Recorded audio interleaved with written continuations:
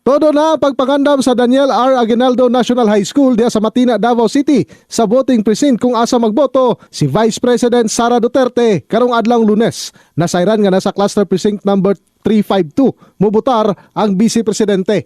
Ang DRAN sa dunay 8 ka mga cluster precinct kung asa dili sama sa una nga sa STEM building magboto si VP Sara, din sa kasamtangan ana kini sa building number 32 kung asa mas luag ang gawas itandi sa kanhi nga ginabutuhan sa Vice Presidente. Atong VIP ang atong Vice President dili man moboto sa DRANs. So kinahanglan makita pod nga anda mga atong eskwelahan, no? Og kita karon nato nga i-prepare na gyud daan. Wala usab na sayod ang mga magtutudlo sa DRANs kung gamiton ba ang historical chair ni VP Sara karong adlang Lunes. Kung asa kasamtangan kini nahimutang sa entrada sa admin building sa DRANs kauban ang historical chair ni kanhi Pangulong Rodrigo Duterte.